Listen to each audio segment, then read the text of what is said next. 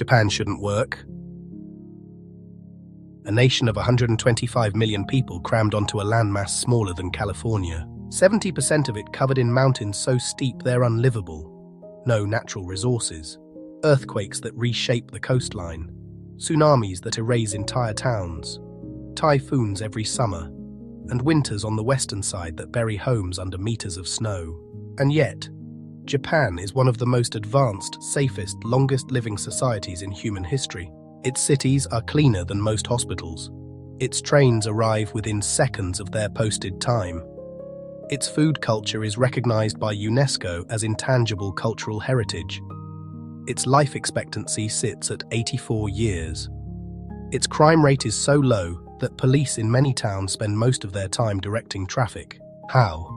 That question has drawn travelers, scholars, and dreamers to Japan for over a century. And the answer is more complicated, more beautiful, and more surprising than most outsiders ever realize. Because Japan is not one thing. It never was. From the neon-drenched canyons of Tokyo's Shibuya district, to the terraced rice paddies of Kyushu's mountains, from the fishing villages clinging to the Noto Peninsula's rocky coast, to the ancient temples of Kyoto's eastern hills, from the snow country of Niigata, where people tunnel through drifts to reach their front doors, to the subtropical islands of Okinawa, where the pace of life moves like warm molasses. Japan is 1,000 different countries folded into one archipelago. And to understand how people actually live here, not the tourist version, not the stereotype, but the real daily breathing life of 125 million people, you have to look at all of it. So that's what we're going to do. We're going to trace a single day across Japan, from the first fisherman heading out before dawn in Hokkaido's cold northern harbors, to the last trains pulling into Osaka's stations after midnight. We'll see how homes are built, how food is grown, how children are raised, how the elderly are cared for, and how a society that is simultaneously the most futuristic and the most ancient on Earth manages to hold those two extremes together without tearing itself apart. Because the tension between those two Japans, the one that builds robots and the one that sweeps temple floors by hand, is the engine that makes this country unlike any place on Earth. And by the end of this, you'll understand something most people never figure out about Japan, not just how people live here, but why they stay. Let's begin.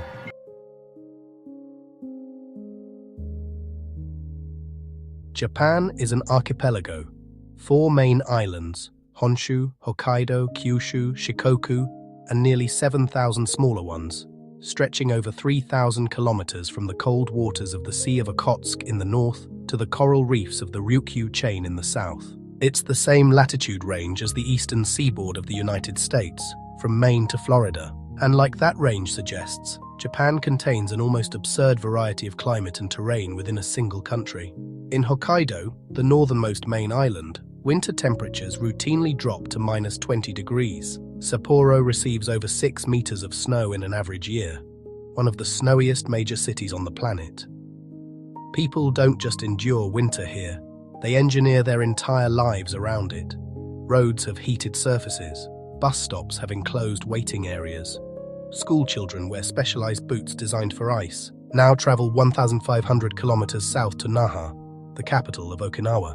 The temperature rarely drops below 15 degrees, even in January. The architecture is open, designed to let ocean breezes flow through homes.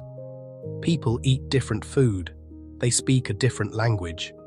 Their music, their festivals, their sense of time, all different.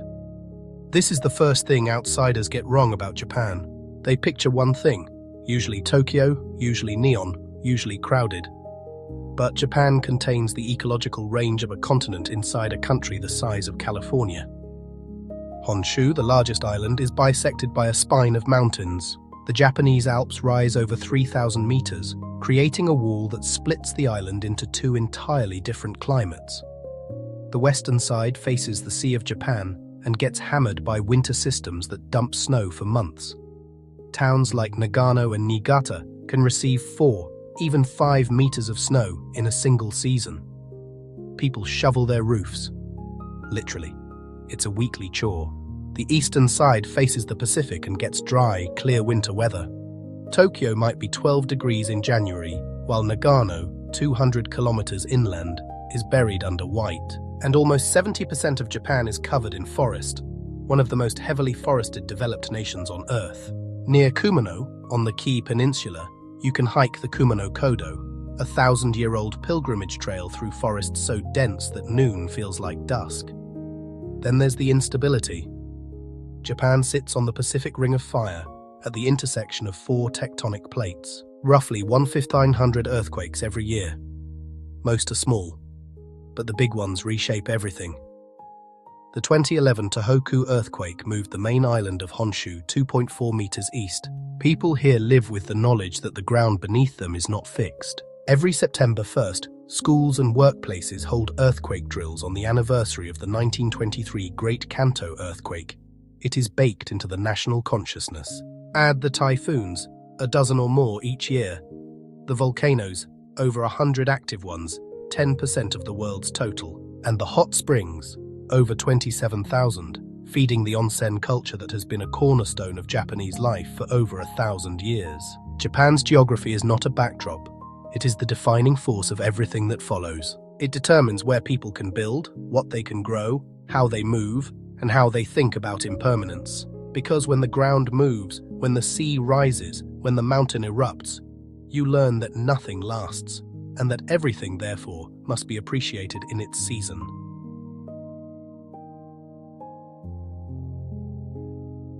A day in Japan begins earlier than most people imagine. Long before the first commuter train in Tokyo, before the convenience stores switch from night shift to morning, people are already at work. On the coast of Chiba, fishing boats leave harbor at 3 in the morning. In Hokkaido, dairy farmers are in the barns. In the tea fields of Shizuoka, workers are checking the weather. The quality of the day's harvest depends on humidity and cloud cover that changes hour by hour. The average worker's day starts around 7 or 7:30. The morning routine is structured, almost ritualistic. A shower, not a bath. The bath comes at night. Breakfast, if traditional, might include rice, miso soup, grilled fish, pickled vegetables, and green tea. Though younger generations increasingly grab something from a konbini, the convenience stores so ubiquitous you're rarely more than a 5-minute walk from one. Then the commute. The same society that prizes calm, that values harmony, that turns quiet into a virtue. That society produces some of the most densely packed commuter trains in human civilization. In Tokyo, the Yamanote line carries over 4 million passengers a day. During morning rush, trains are filled to over 200% capacity. Platform staff physically push people into cars, gently, professionally, wearing white gloves. And yet, nobody talks on these trains. Nobody takes phone calls. People text silently, read, sleep standing up. The silence on a Tokyo morning train is profound. It's one of the most characteristic sounds of Japan, and it's the sound of nothing at all. This isn't restraint out of fear. It's a social contract so deeply internalized it doesn't need to be announced. You share the space. You minimize your impact. This is meiwaku, not causing trouble, not being a burden. It governs public behavior more than any law could. The workday for a typical office worker in Osaka or Nagoya runs from about 9 to 6. But the reality extends well beyond that. Japan has a word, karoshi, death from overwork. It is a recognized medical cause of death. The government tracks it. Families receive compensation. It reveals the dark side of a work culture built on loyalty, obligation, and group responsibility. Things are changing. The government has pushed work-style reform. But the cultural expectation that you don't leave before your boss, that you don't say no, that you put the group ahead of yourself, runs deep. In traditional workplaces in cities like Kanazawa or Sendai, evening overtime is simply part of the rhythm. But here's what's often missed. Work in Japan is not just what you do, it's part of who you are. Your company is your community. Your colleagues are your social circle. The after-work drinks at an izakaya aren't optional socializing. They're an extension of the workday. And this applies far beyond the corporate world. In rural Japan, the farming villages of Nagano, the fishing towns of the Noto Peninsula, the rice communities of Tohoku, The day's rhythm follows the land and the sea, not the clock. A farmer in Yamagata doesn't clock in at 9. The paddies need water at dawn. The harvest doesn't wait. In these places, the workday and the home day blur together. The family farm is the home. Generations work side by side, not because they can't imagine anything else, but because the work itself is a thread connecting them to the people who did it before. From the train platforms, to the rice paddies, to the workshop in Sakai, outside Osaka, where a craftsman forges kitchen knives using techniques unchanged since the 14th century, there is a shared understanding. You do the work in front of you. You do it as well as you can. You do it not for yourself alone, but for the people around you. And at the end of the day, you go home and you take a bath.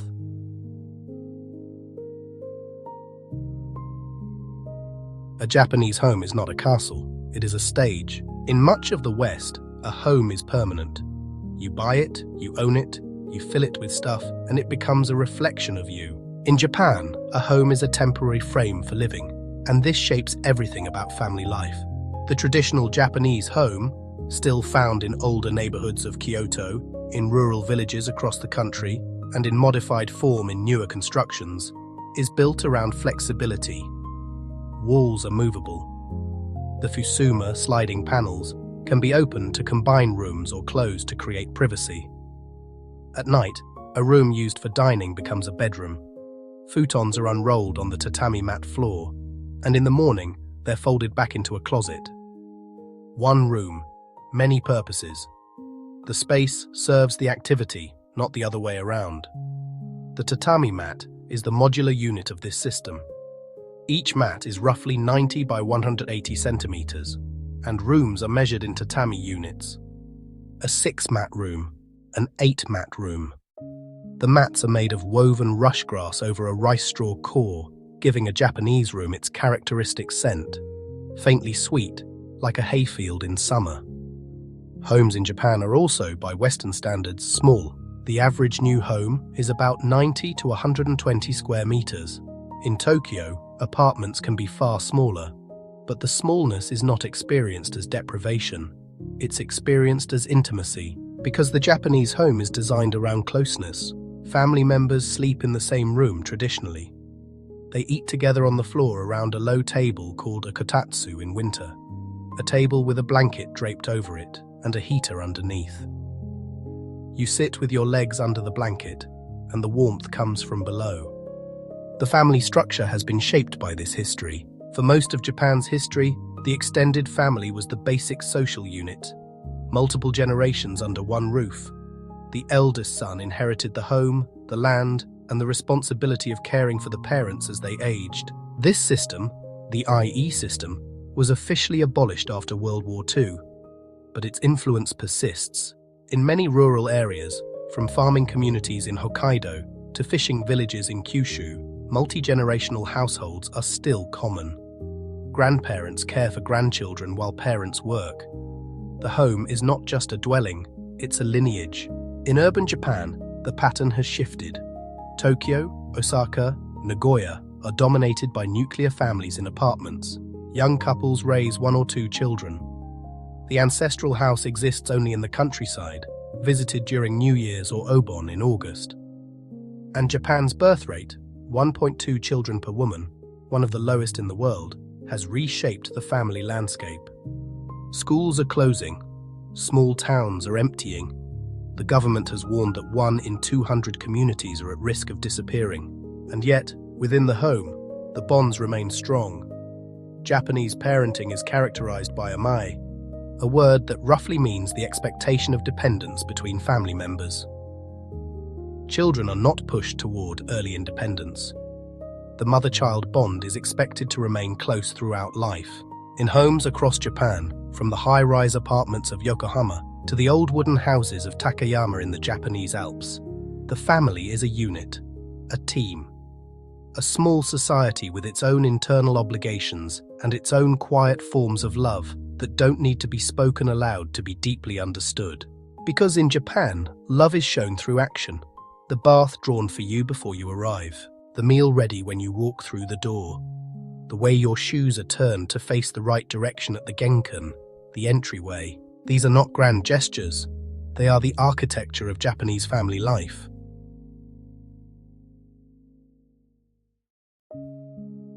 There is no part of daily life in Japan that reveals the national soul more clearly than food.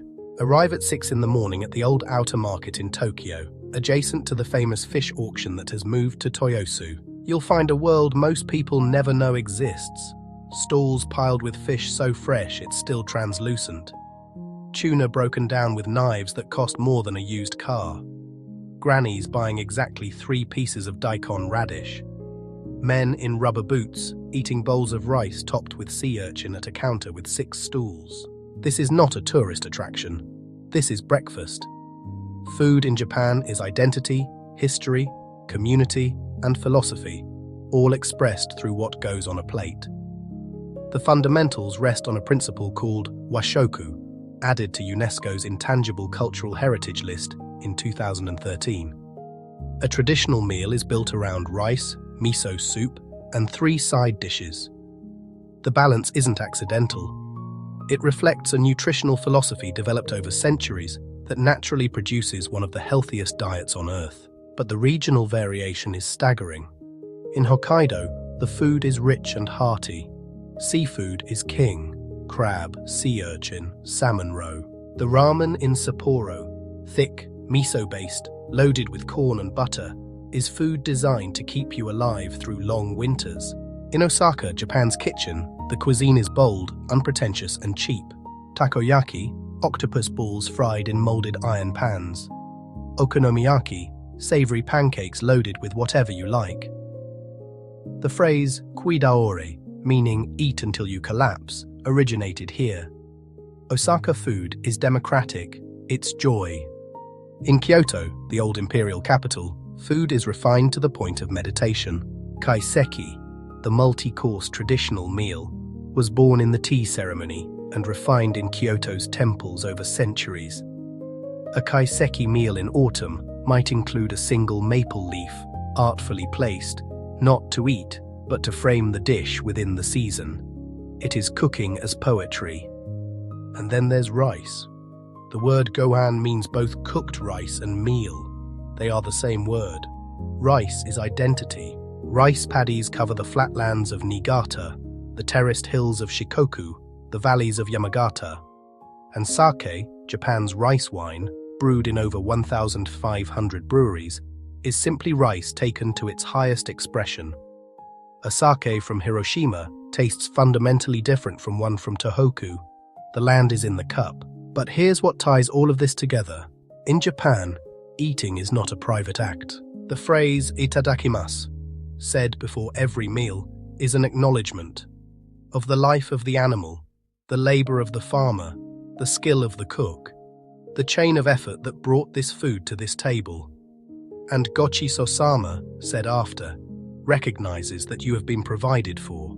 From a bowl of ramen at a 6-seat counter in Hakata to a 12-course kaiseki in a Kyoto townhouse, the act of eating in Japan is a continuous recognition that you are not alone, that your sustenance came from many hands, and that the least you can do is notice.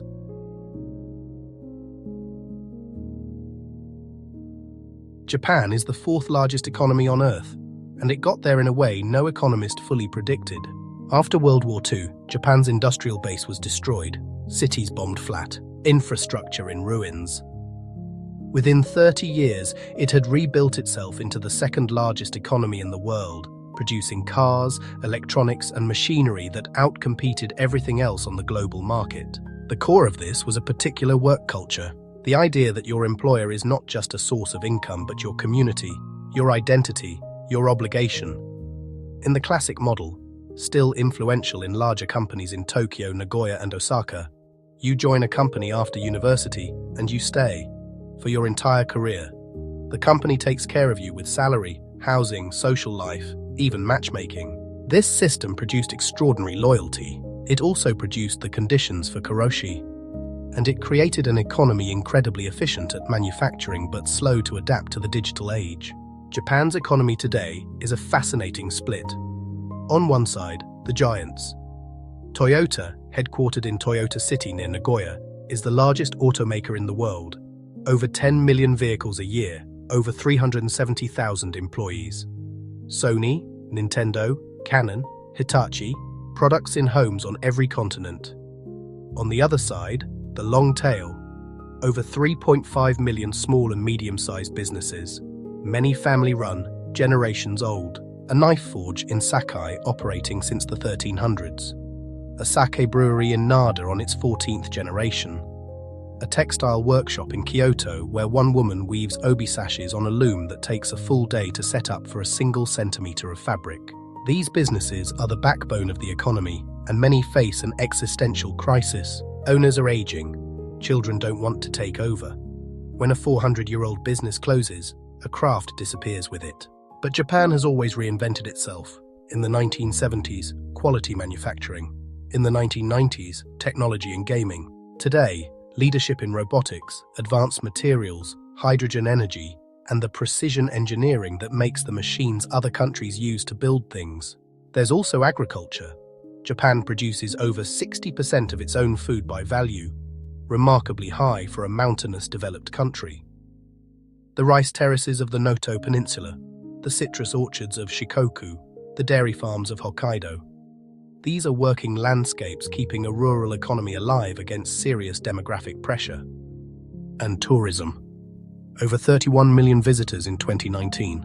Kyoto is the test case. Old neighborhoods around Gion and Arashiyama overwhelmed at peak times, the city restricting access to certain streets. The tension between economic benefit and cultural preservation is live, unresolved, and felt daily by residents. But the deeper story is this. Japan has decided, again and again, that stability matters more than speed, that continuity matters more than disruption, that the craft you've been doing for 40 years has value even if a machine could do it faster. This is not economic inefficiency. It is a different definition of wealth.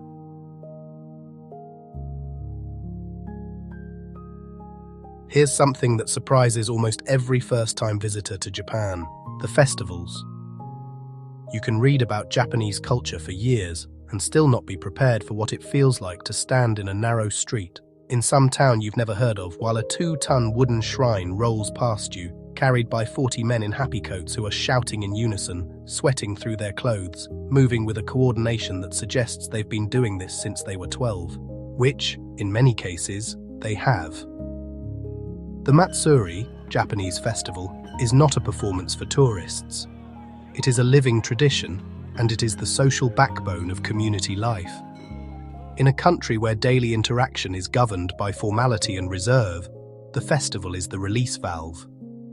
The one time of year when the rules bend, when sake flows freely, when strangers talk in the street, when the community stops being a collection of polite individuals and becomes, for a few hours, a single organism. Every region has its own. The Gion Matsuri in Kyoto has been held every July for over 1,000 years. Massive floats, some over 25 meters tall, pulled through the streets by teams of dozens, built without nails, the technique passed generation to generation. It was nearly cancelled several times over the centuries. By war, by plague, by earthquake. It has never stopped. In Aomori, the Nobuta festival sends enormous illuminated paper floats shaped like warriors and demons through the night streets. In Tokushima, on Shikoku, the Awa Odori is a 4-night dance festival where over 1 million people dance through the streets in organized groups, each with their own rhythm and chant. But the festivals that reveal the most are the small ones. The neighborhood Matsuri in a suburb of Fukuoka, where 40 families set up food stalls on a blocked-off street, and children carry a miniature shrine on their shoulders. The rice planting festival in a village in Nagano, where the oldest woman plants the first seedling by hand. The autumn harvest festival at a Shinto shrine so small it doesn't appear on any map, where the entire village gathers to thank the local kami, the spirit of the place, for the year's rice. These small festivals are where you see the social structure most clearly, because the festival isn't just an event, it's a system of obligation. Each neighborhood has an association, the chokai, and roles are assigned by tradition and age. The young men carry the shrine, The older women prepare the food. The elders supervise. The children watch and know their turn will come. This is how community works in Japan, not through contract, but through participation in shared ritual. You belong because you show up. You show up because your father showed up, and this extends beyond festivals. The New Year, or Shogatsu, is the most important family holiday. Families return to ancestral homes. On New Year's Eve, they eat soba noodles for long life. At midnight, temples ring their bells 108 times, once for each worldly desire. Obon, in mid-August, is the festival of the dead. Families clean graves. They light lanterns to guide spirits home. In a society where direct expression of emotion is often restrained, where people rarely say, "I love you" in words, the festival, the ceremony, the ritual, these are the structures through which connection is expressed. You don't say, "I care about this community." You help carry the shrine. The action is the emotion. And this is what makes Japan feel to many visitors like a place where the past is not behind you but beside you, walking with you, every day.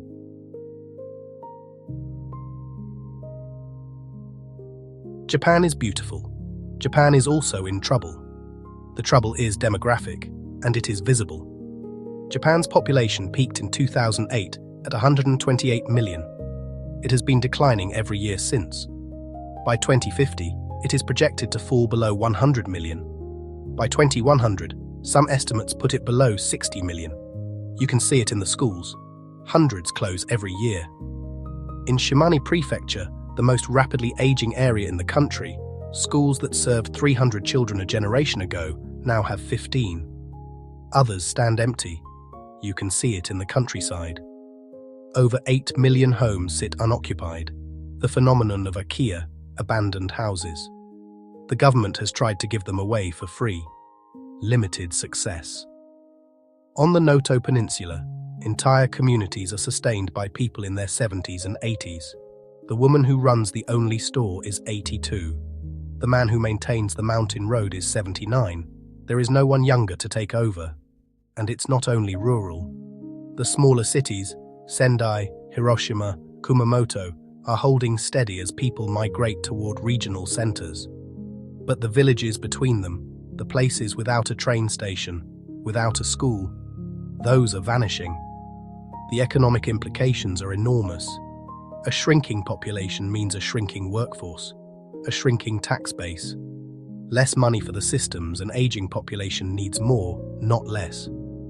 Because Japan is not just shrinking, it is aging. Over 29% of citizens are over 65. By 2036, it will be 1 in 3. The number of centenarians is the highest of any country on Earth, over 80,000. This creates a care crisis. The traditional model, family providing care, is breaking down. Smaller families, young people in cities, women, who historically bore the caregiving role, increasingly in the workforce.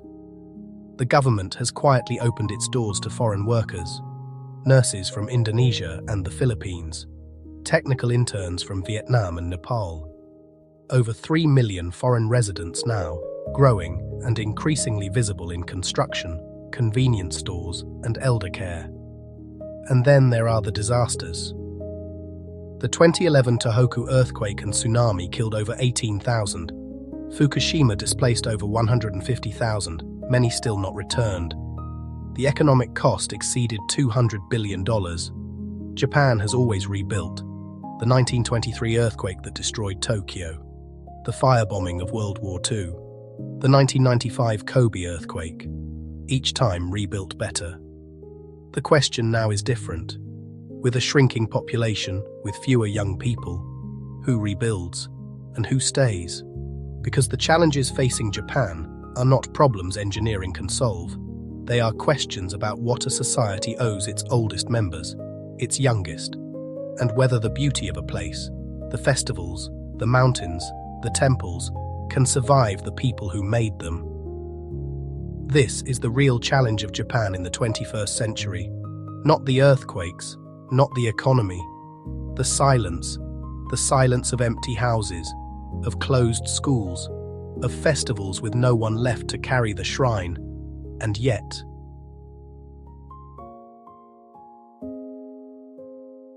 the country runs on a contradiction that should not work. And it does work, not despite the contradiction, but because of it. Walk through Akihabara in Tokyo on a Saturday, and you are inside the most futuristic retail environment on the planet. Robots that read bedtime stories, vending machines that sell hot coffee and cold soup and fresh eggs and neckties from the same corner. Now take the Shinkansen, 320 kilometers per hour, average delay under 1 minute. Take it 500 kilometers west to Nara, Japan's first permanent capital, established in 710 AD. The Great Buddha at Todaiji, cast in 752, is over 15 meters tall. Deer roam freely, sacred messengers of the gods for over 1,000 years. These two places exist simultaneously, not in layers, but woven together, each informing the other. The same person who uses a smartphone to pay for groceries might spend a Saturday learning the tea ceremony in Kyoto, whisking matcha in a motion unchanged since the 16th century. Japan does not try to integrate its modern and traditional selves. It lets them coexist, side by side, in the same city, on the same street, in the same person. The new does not replace the old. The old does not block the new. And this works because of a fundamental Japanese idea, that things are valuable, not despite their impermanence, but because of it. The grand shrine at Ise, the most sacred site in Shinto, is dismantled and rebuilt every 20 years, 63 times so far. The current structure is brand new and 2,300 years old at the same time. The building is not the shrine. The act of rebuilding is the shrine. The continuity is not in the material, it is in the hands. In the pottery town of Mashiko, potters fire kilns using 19th century techniques. They also sell online. When asked if electric wheels compromise the tradition, one potter gave an answer that captures it perfectly.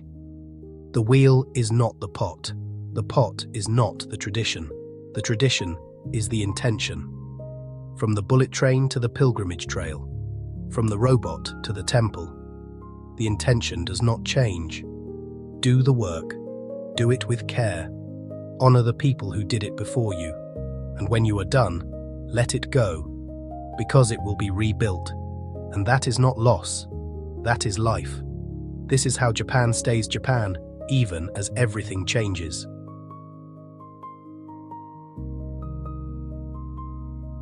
Japan is not easy to live in. It's expensive, dense, demanding, and disaster-prone. The population is shrinking. The future is uncertain. And yet, people stay. Not because they can't leave. They stay for something that's hard to name in any language other than the one spoken here. Kimochi. The quality of a feeling. The texture of it. The way a place makes you feel when you've been away and come back. The feeling of stepping off a train in a town you've never visited and knowing you are safe, that the streets are clean, that if you drop your wallet, someone will bring it to you. The feeling of a forest in Kumano where the trees have stood for 1,000 years by deliberate choice. The feeling of watching a 70-year-old in Kamakura sweep his street every morning because this is his street and it will be clean. The feeling of a community that holds its members through small, repeated, daily acts of attention that no one will ever thank you for, because doing them is the thank you. Japan is not perfect. It has problems it has not solved. But the people who stay, the fishermen in Hokkaido, the farmers in Nagano, the shopkeepers in Osaka, the temple keepers in Kyoto, they stay because they are participating in something older and quieter than an economy. A way of being that values the space between people, that finds beauty in the temporary, that carries a shrine through the same streets every year for 1,000 years, not because it changes anything, but because the carrying is the point. In a world that moves faster every year, Japan has figured out something most of the world has not. The things that matter most are not the things you acquire. They are the things you repeat. The meals, the baths, the festivals, the folding of the futon, the brewing of the tea, the small, ordinary, repeated acts that, taken together, make a life worth living, and a country worth staying in. If this journey through Japan meant something to you, leave one word in the comments, the one word that captured it for you. And if you want to explore more of the world with us, subscribe. We'll be back next week with another story from a place most people never get to see.